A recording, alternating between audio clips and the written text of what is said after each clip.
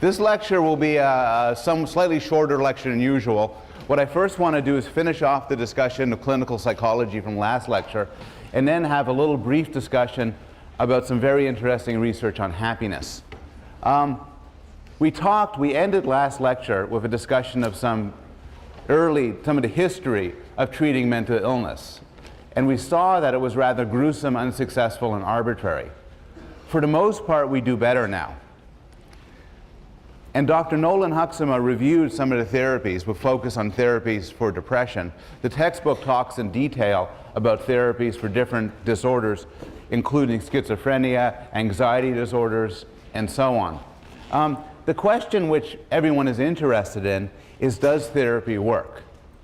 And this proves to be surprisingly difficult to tell. Part of the problem is, if you ask people who go into therapy, did you get better after therapy? For the most part, they'll tell you that they did. But the problem is, this could be a statistical byproduct of what's called regression to the mean. So the idea looks like this. This line plots how you feel, from great through okay to awful. And it goes up and down. And in fact, in everyday life, some days are going to be average, some days will be better average, some days worse than average. You could plot your semester. You could do a plot every morning, wake up, or every night before you go to bed. You could put yourself on a graph, and it'll come out to some sort of wiggly thing. Statistically, if something is above average or below average, it's going to trend towards average, just because that's a statistical inevitability. When do people go to therapy? Well, they go to therapy when they're feeling really crappy. They go to therapy when they're feeling unusually bad.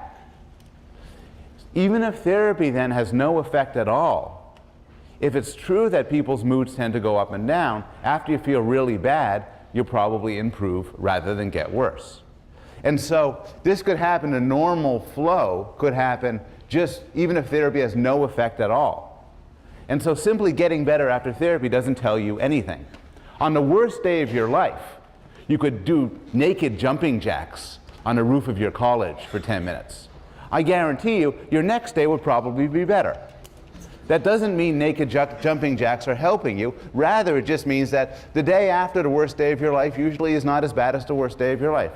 It can get worse, but usually it just trends to average.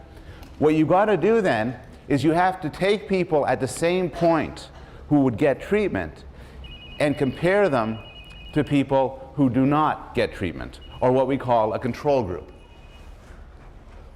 And this is an example of this. So this is for people who are depressed. This is statistically equal. They start off pre-therapy. They all go for therapy. But because in this example there's a limited number of therapists, some of them are put on a waiting list and others get a therapist. It's arbitrary, it's random, which is which, making it a very good experiment. And in this example, you can see those who received cognitive training were better off. They had lower depression scores than those that received no therapy at all. In general, in fact, we can make some general conclusions about therapy. Therapy, by and large, works. People in treatment do better than those who are not in treatment. And that's not merely because they choose to go into treatment.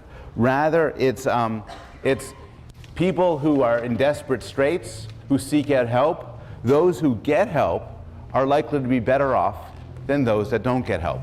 Therapy, for the most part, works. We can't cure a lot of things, but we can often make them better. Different sorts of therapy works best for different problems. And again, depression proves to be an illustrative example. If you have everyday unipolar depression, that is, you feel very sad and you show other symptoms associated with depression, an excellent treatment for you is some combination of cognitive behavioral therapy and possibly antidepressant medications, like SSRIs. If you have bipolar depression, the cognitive behavioral therapy is useless, but medication is your best bet. And so on for all the other disorders. Each disorder has some sort of optimal mode of treatment. If you suffer from an anxiety disorder, cognitive behavioral therapy can be of help. If you're schizophrenic, it's probably not going to be of much help at all. And so different disorders go best with different sorts of therapies. Finally, some therapists do better than others. So for reasons that nobody fully understands, there are good therapists and there are better therapists and there are bad therapists. And there's great individual differences in the efficacy of an individual therapist. Finally, putting aside then the difference in therapies and the difference in therapists, does it make sense to say that therapy in general works? And the answer is yes. And this is in large part because of what clinical psychologists describe as non-specific factors. And what this just is a term meaning properties that all therapies, or virtually all therapies, share. And I've listed two of them here. One of them is support. No matter what sort of therapy you're getting involved in, be it a psychoanalyst or a behavior therapist or a cognitive therapist or a psychiatrist who prescribes you medication or someone who makes you go through different exercises or keeps a journal, you have some sense of support, some acceptance, empathy, encouragement, guidance. You have a human touch. You have somebody who for at least some of the day really cares about you and wants you to be better. And that can make a huge difference. Also, you have hope. Typically, there's an enthusiasm behind therapy. There's a sense that this might really make me get better. And that hope could be powerful. Sometimes this is viewed under the rubric of a placebo effect, which is that maybe the benefits you get from therapy aren't due to anything in particular the therapist does to you, but rather to the belief that things are going to get better. Something is being done that will help you. And this belief can be a self-fulfilling prophecy. Placebo effect is often used sort of in a dismissive way. Oh, it's just a placebo. But placebos can be powerful. And even if it's useless from a real point, from a psychological theory point of view, even if the therapist runs around and dances, while you, I have dancing on my mind now, while you sit in a chair and watch him dance, if you believe the dancing is going to make you better, it may well help. Okay, that's all I'm going to say about therapy. Any questions about therapy? Yes? It seems like this hypothesis of regression to the mean is, like, it seems a little odd to me, like a little fakey maybe, that, I mean, there has to be some reason that something regresses to the mean. It seems like if you impose a mean afterwards, then of course it's going to regress to the mean because you impose a mean after doing the observation. Fair enough. The question is, the assumption of regression to the mean seems sort of arbitrary because it depends what the mean is. Always after the fact, you can apply an average to it and say, look, this is the average, but how do you know beforehand? It's a good point. When you talk about regression to the mean, it adopts certain assumptions. The assumption is there really is an average throughout much of your life. And things go up and down within that average. And for the most part, that's true for things like mood. For most of us, we have an average mood, and we have bad days and we have good days. It's always possible that you have a bad day, and then from there on in, it's just going to go down and down and down. But statistically, the best bet is, if you have a bad day, you're going to go back up to the mean. It's in some way, you don't even have to see it from a clinical point of view. You could map it out yourself. Map out your moods, and the days where you're most depressed, sooner or later, you're likely to go up. Similarly, on the happiest day of your life, odds are the next day you're going to go down. And there's nothing magical about this. This is just because under the assumption that there really is an average built into each of us. If human behavior was arbitrary, it would be like a random walk, but it's not. We seem to have sort of set points and aspects of us that we fall back to that make the idea of a mean a psychologically plausible claim.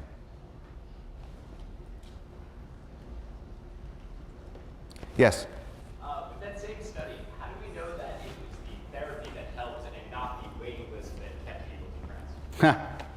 That's a good question. Yes, in that study, it's a perfectly good hypothesis that the sort of anxiety of being told, I see you've come here for help. We can't give it to you. Congratulations, you're a control group, causes anxiety. In other studies, the control group doesn't know they're the control group. So sometimes you can do an intervention where you say, congratulations everybody in intro psych who did very low on the depression inventory, which many of you filled out. We're going to do something to you. And then the rest of people don't even know that they haven't been chosen. So you're right. It's a perfectly good point. Knowing you're not chosen could have a deleterious effect. And the way to respond to that is you have other studies that don't use that same method.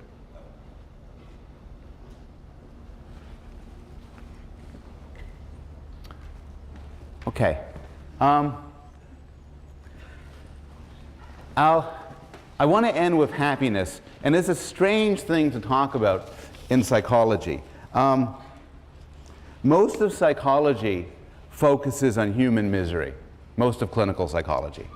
There's the psychology we spoke about through most of the semester on vision and language and social behavior, but typically when people think about interventions, what they think about is people having problems, and then we figure out how to make them better.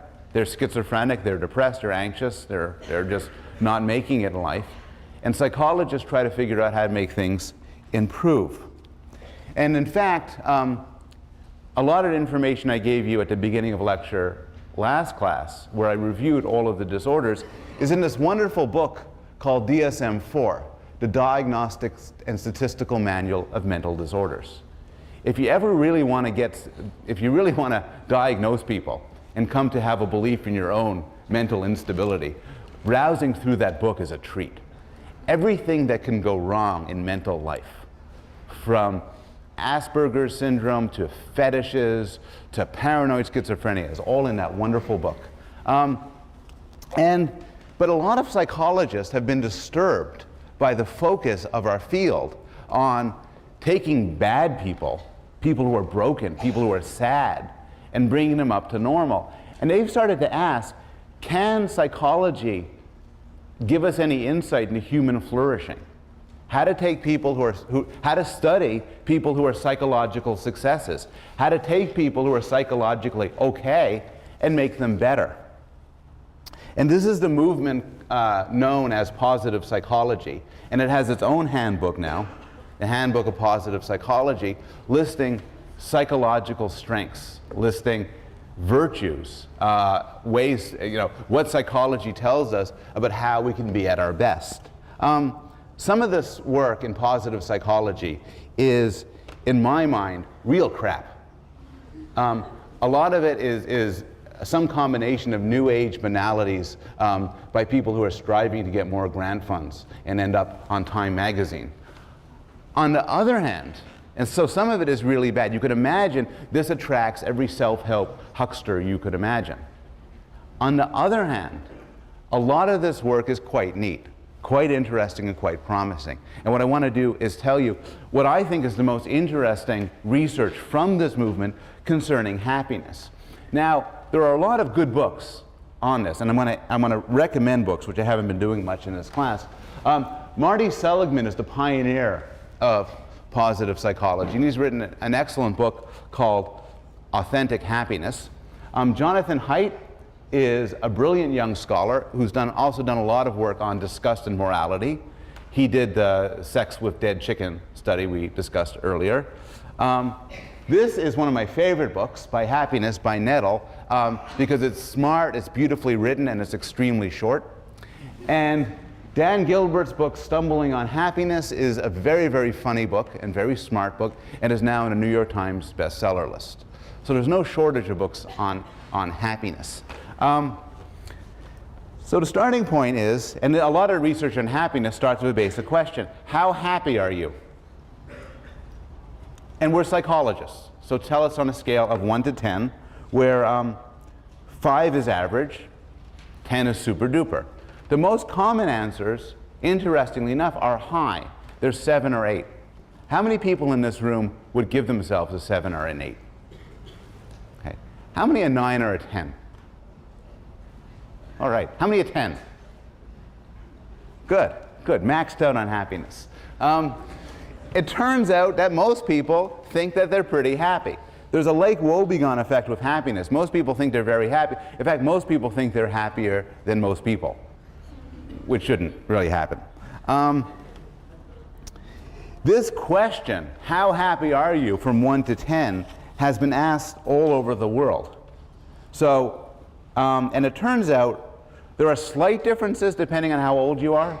There are slight differences depending on your place within a country, California versus New York. There are slight, subtle differences between men and women at different points.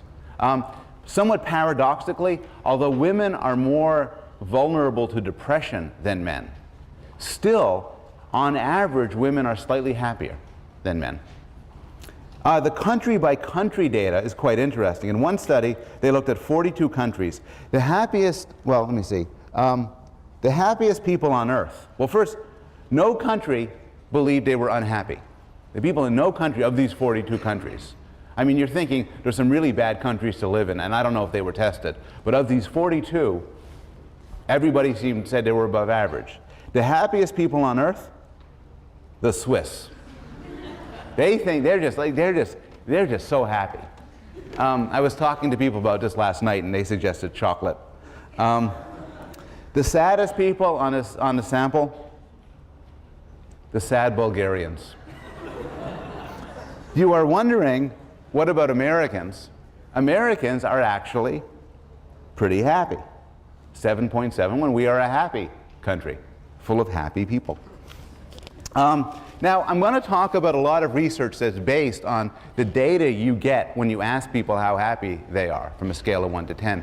But I'm going to be honest and tell you there are reasons to be cautious about these numbers. And the reasons come from a couple of experiments. In one experiment, they asked people inside a psychology department where there was a photocopy machine. They went up to people, the people were going up to the photocopy machine to make copies, and when they were done making copies, they asked them, how happy are you with your entire life? There were two groups. Group A, they put a dime on top of the photocopy machine. So people walked around, I'm going to have to do my figure. Oh, a dime. Oh. Other group, no dime. It turned out that when asked, how good is your whole life?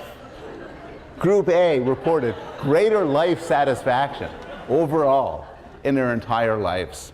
Another study asked people how happy you are with your whole life on sunny days, like today. And people said they were happier on sunny days than rainy days.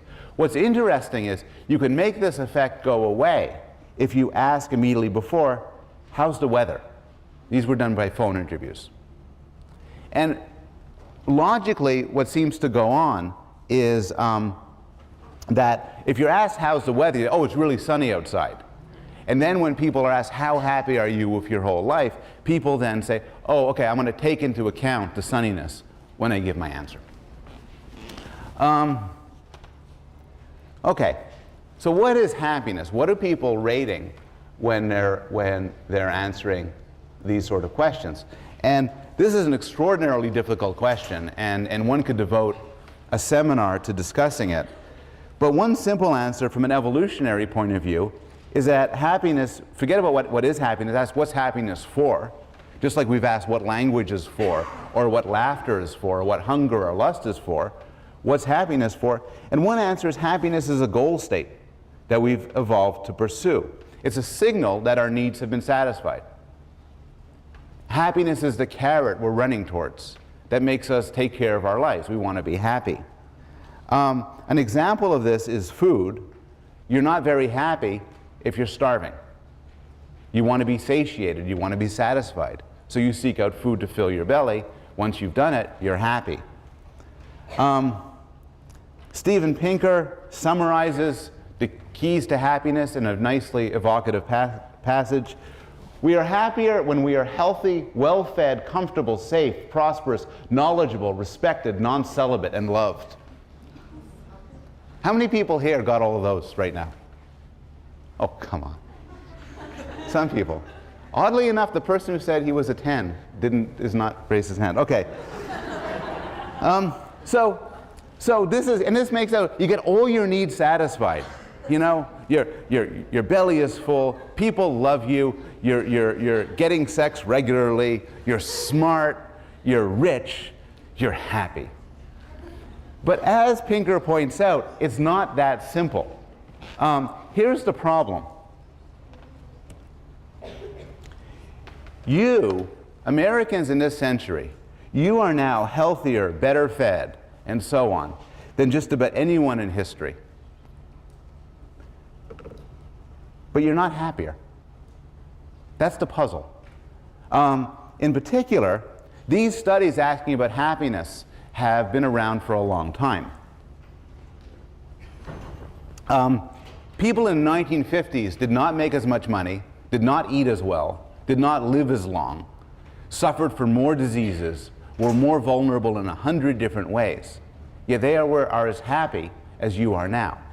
You are as happy as your parents were, and they were as happy as your grandparents.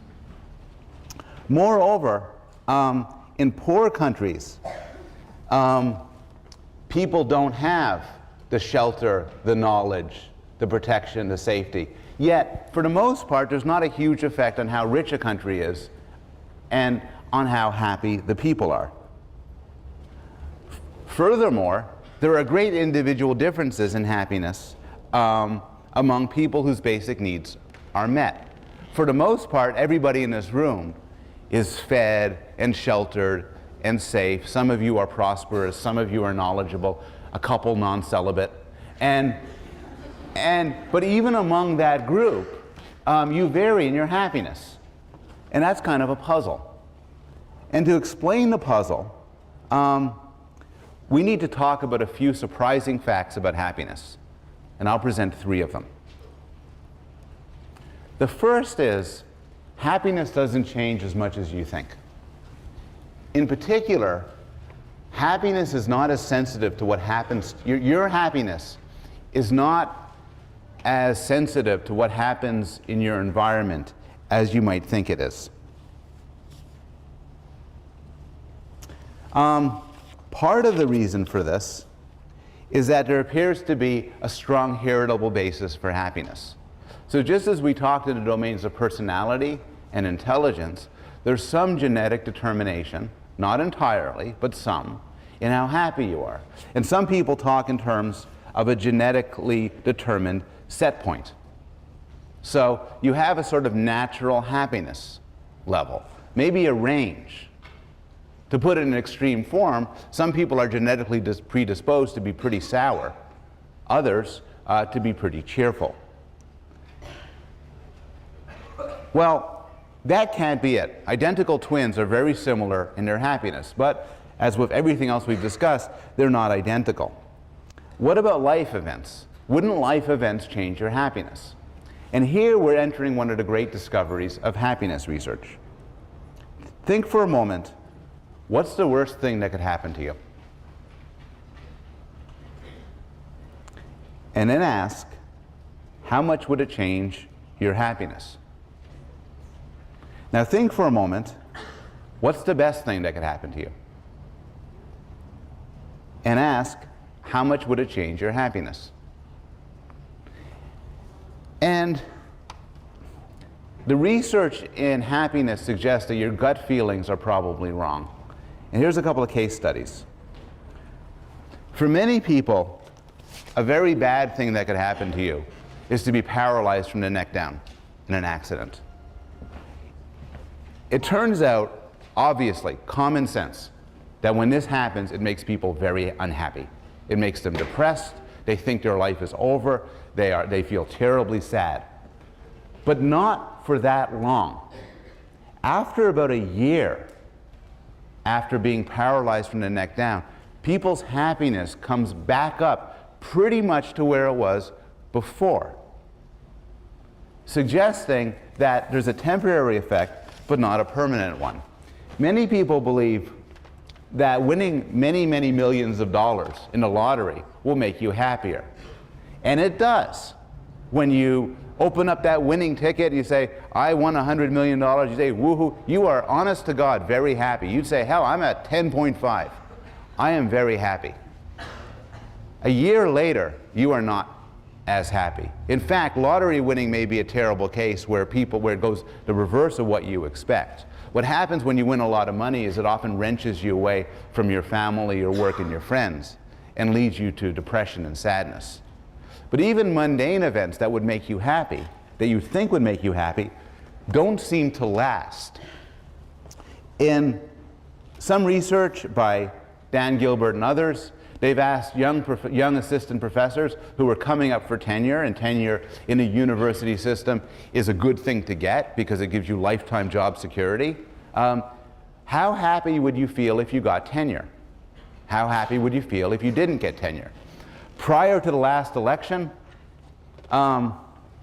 they asked people, how happy would you be if it was President Bush? How happy would you be if it was President Kerry? And it turns out people radically overestimated the effects of these things. Having your favorite candidate win is not such a big deal. Having your favorite candidate lose is not such a big deal either. Getting tenure or not getting tenure are really big when it happens. 6 months later and a year later, your happiness doesn't seem to be affected. The purchase of consumer goods, an Xbox 360, a nice flat screen TV, those sorts of things, make you very happy when you open up the package and set it up. But this happiness fades almost immediately. The moral of a lot of people are shaking their heads, it's true. I mean, not for me. But the moral of a lot of this work is we think these things will have big, permanent, and profound effects. But they need not, and they often don't. Why not? Why do we overestimate their happiness? And a technical term for this, by the way, is affective forecasting. Again, this is Dan Gilbert's work. And the idea is we are bad at affective forecasting. That is, we are bad at predicting how happy or sad we will be in the future based on what's happening to us. Why? Well, a couple of reasons. One thing is there's often a failure to appreciate the day-to-day irrelevance of certain events. So prior to the election, the election is happening tomorrow, and I ask somebody who's a diehard Democrat, how would you feel if Bush won? And the person said, I'll be miserable. It'd be a miserable 4 years afterwards. But what often isn't appreciated here is that whether or not Bush wins will make you sad or happy after it happens, but for the most of your day-to-day life, you aren't thinking about who the president is. I'd be very happy if I won a huge prize. And I'd be, well, whoa, huge prize, the Nobel Prize, a Guggenheim, a MacArthur Genius Award. I get them all on the same day. What a day, I am really happy. But then, a month later, I'm there, and I still got my regular insomnia, and there's nothing on TV, and and the plumber's not coming, and my kids don't respect me, and I can't say, I can't, and the fact that, yeah, but I won the prize, it doesn't matter. A lot of the things in life that'll make you really, that you think will make you really happy, don't have this day-to-day effect. Also, there's the logic of the set point, and this comes to a terrible word. We adapt. Right now, I'm a guy without a Nobel Prize. I'm kind of used to it. If I got a Nobel Prize, I'd be a guy with a Nobel Prize. I'd be happy. But then, I kind of get used to that too. If I got a second one, whoa, 2! But then I just get used to that too. You get used to things. You get used to bad things. Now, I don't want to overstate this. There's some very interesting exceptions. So, for instance, we don't get used to noise. A lot of research suggests that if your environment is noisy, like they're doing construction around you, you can't get used to it. Your happiness drops and it doesn't come back up. Your system cannot habituate to continued noise. We adapt to good things. Winning the lottery, winning a prize, getting an A in a course. We adapt, we get used to it. Also with some surprising exceptions. One of the other surprises from happiness research is the effects of cosmetic surgery, like breast enhancement and breast reduction. One of the big surprises is it makes people happier, and then they stay happier.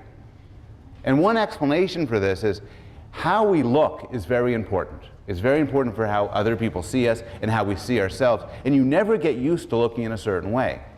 So if you look better, it just makes you happier all the time. So there are these exceptions. But putting aside the exceptions, the problem of adaptation is sometimes called the hedonic treadmill. And the idea is hedonic for happy. You keep on running, but no matter how fast you run, you stay where you are. You get used to it. Habituation is like you step into a very hot bath, but you get used to it. It's a cold bath. You get used to it. A difficult environment, an easy environment, you get used to it. The story is often illustrated with a story from the Bible in Ecclesiastes of a king. And this king had it all. He had gardens, parks, vineyards, castles, slaves, and concubines. And they were both male and female concubines. So he had everything, right? But it didn't make him happy. And here's what he says. I hated life. All is vanity and a chasing after wind, and there is nothing to be gained under the sun. Now, in these books I talked about at the beginning, these authors give advice on how to deal with the hedonic treadmill. How do you deal with the fact that everything you aspire to, once you get it, you'll be used to it, and it will lose its value? Well, one answer is that possessions are not the key to happiness. Possessions you very quickly get used to. From there are two alternatives. One is endless novelty. So one guy, I forget his name, wrote a book, and he says, look, there's a hedonic treadmill. The trick is, always do something different. Next week, have sex with somebody you've never had sex before. Then, climb Mount Everest. You get bored with that, become an accountant. Boring. Scuba diving. Boring. He had endless ideas. And that's the possibility. If you keep changing what you're doing, you'll never get used to anything. And you'll always be happy. At least he says that. Then there's the old guy alternative. Step off the treadmill. Give up. Give up chasing the whole happiness thing. And then seek out more substantial goods that might actually not make you happy in the simple sense of a quick fix of delight, but substantial goods like friends and family and long-term projects. So the first moral of the science of happiness is that your happiness is actually rather fixed. It's fixed in part genetically, and it's fixed in part because what happens in your life, you'll get used to a large extent. You raising your hands? Oh, sorry. The second one is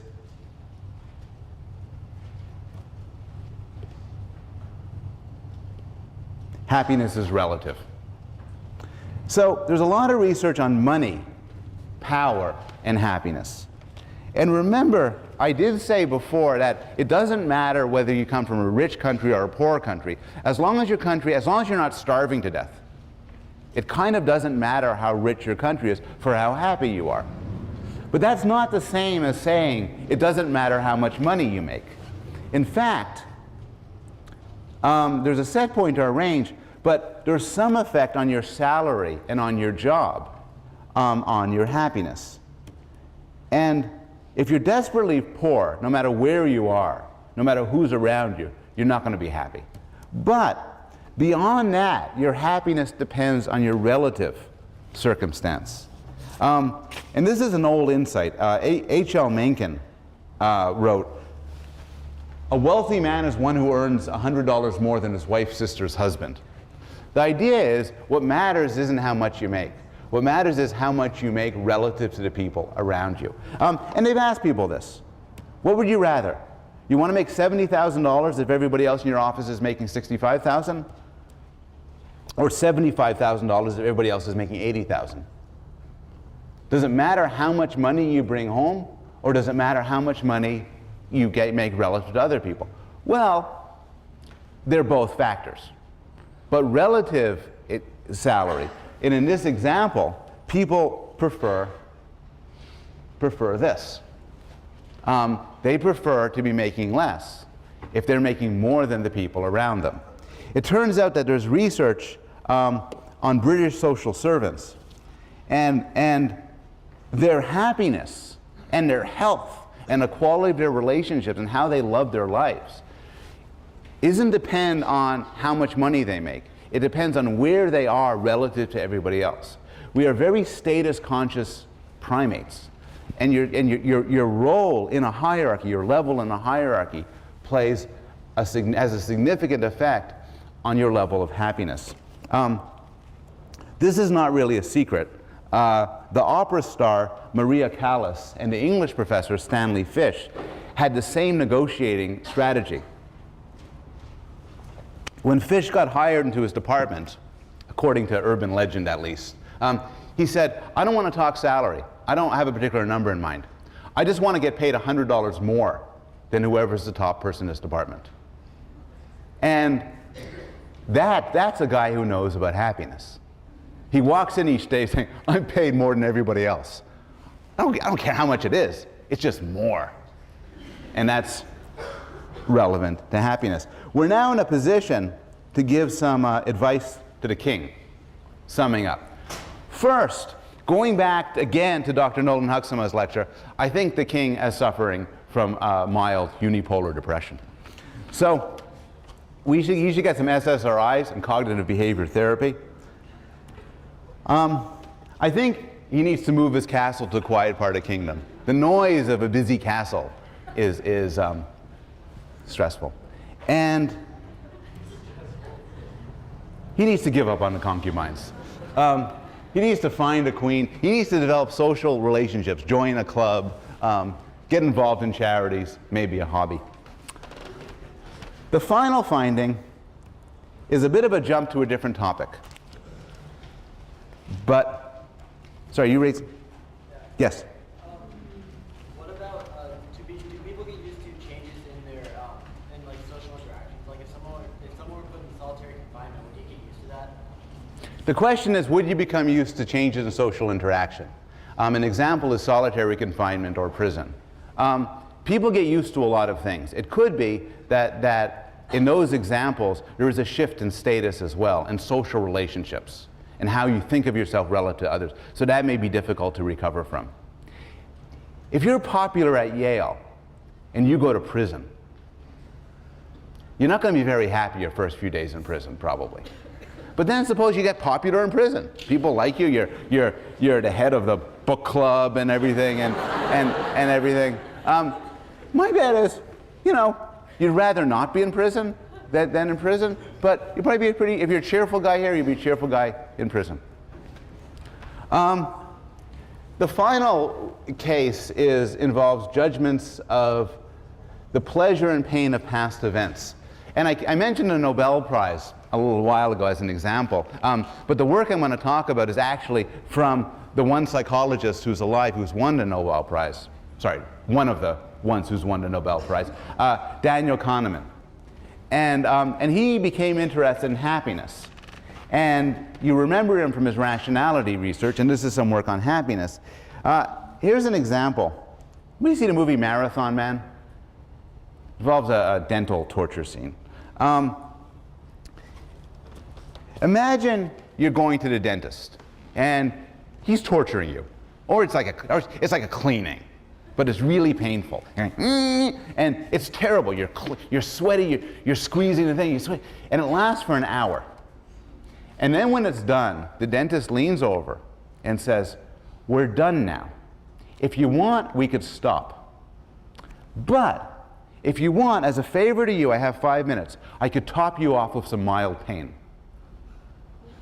This may seem like a very odd thing to ask. Here's the alternatives. What do you want? A dental procedure that's very painful for an hour, or a dental procedure that's very painful for an hour, sorry about the S there, and then some additional mild pain. Who votes for A? You got to choose one. Who votes for A? Okay. Who votes for B? Okay. Here's the big finding. The big finding is, yes, B involves more pain. It's true. A is an hour of pain, B is an hour of pain, plus a few minutes of more pain.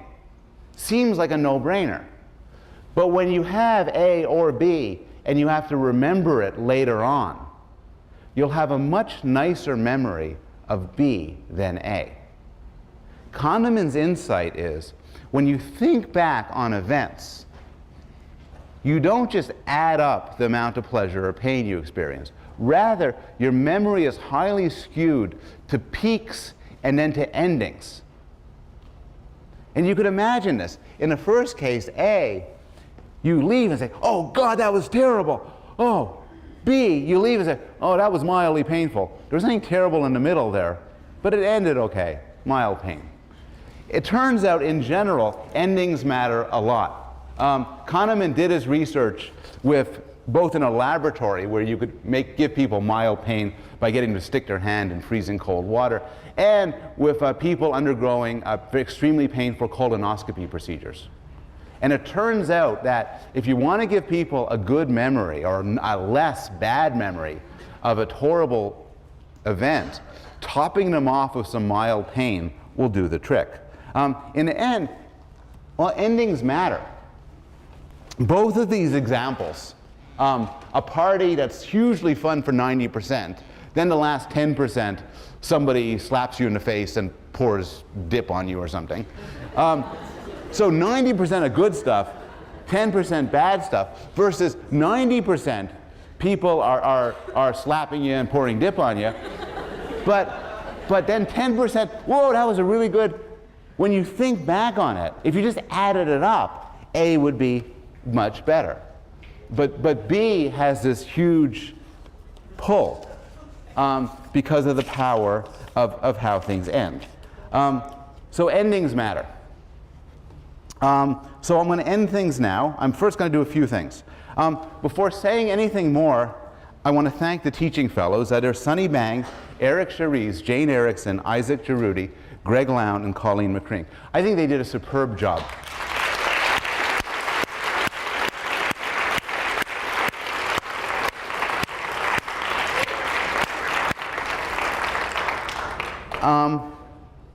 We basically reviewed all of psychology. Here was a promissory note we started with at the beginning of this semester. I think you're now in a position to answer, or at least consider answers, about these topics.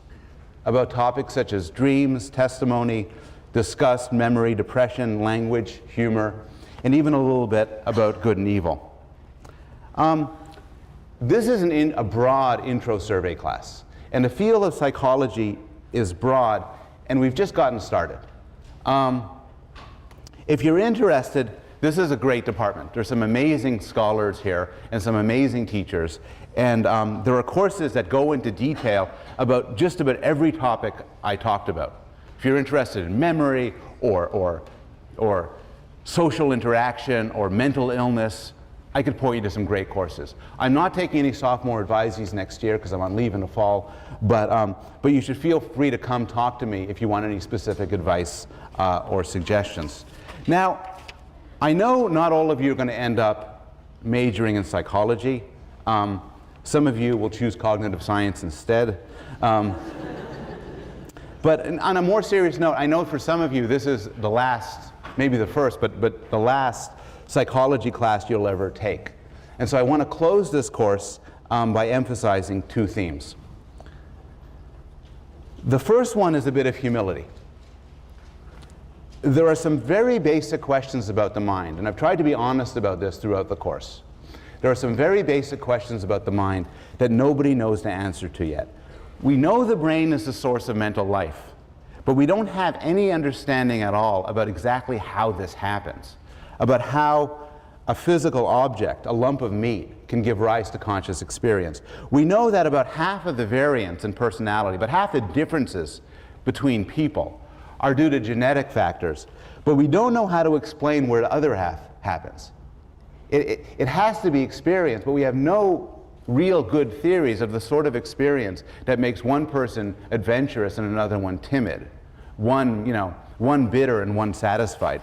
We know a lot about the social influences that can drive people to do terrible things to one another, but we don't know the answer to the maybe harder question of why some people are immune to these influences, why some people do good things, perhaps even heroic things, regardless of the circumstances that they find themselves in.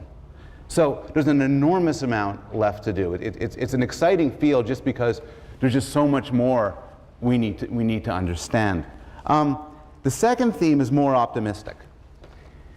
And this is the idea that we're going to eventually come to answer these questions and many more questions through the sorts of methods we've been discussing this semester, through constructing scientific theories, evolutionary, neurological, developmental, computational, and testing them through experimental and observational methods. This is the idea that in the end, the most important and intimate aspects of ourselves, our beliefs and emotions, our capacities to make decisions, even our sense of right and wrong, can be explained through constructing and testing scientific hypotheses. Now, the reason why I'm optimistic is I think there's been some success stories where we really have learned some surprising and important things about the mind, and there's no reason to expect this way of proceeding to fail us in the future. In the very first class on the brain, I ended by talking about people's worries here. And I'll be honest that some people find it a scary prospect. Some people believe that a scientific approach to the mind takes the specialness away from people, that it diminishes us somehow. And I don't agree. If there's anything I've tried to persuade you through the course, it's that the more you look at the mind and how it works from a serious scientific point of view, the more you come to appreciate its complexity, its uniqueness, and its beauty. This has been a great course to teach. Thank you for coming, and good luck on the final.